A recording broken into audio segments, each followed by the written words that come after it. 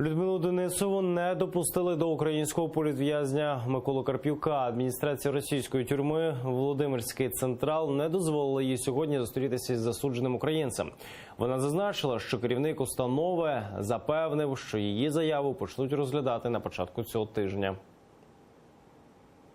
Подала заяву до Володимирського Централу на зустріч із Миколою Карп'юком. До мене вийшов начальник виправного закладу і прийняв мою заяву. Він повідомив, що зараз моя зустріч із Миколою неможлива ані як уповноваженого, ані як приватної особи.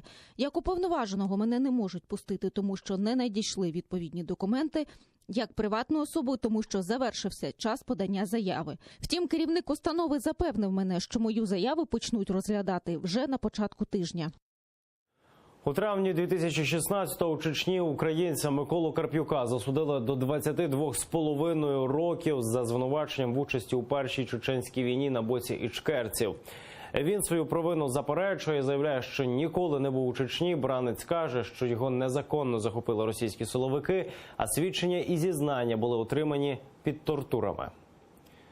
МЗС висловлює протест проти недопуску омбудсмена Людмили Денисової до політв'язня Миколи Карп'юка. Про це заявила речниця міністерства Мар'яна Баца у Твіттер.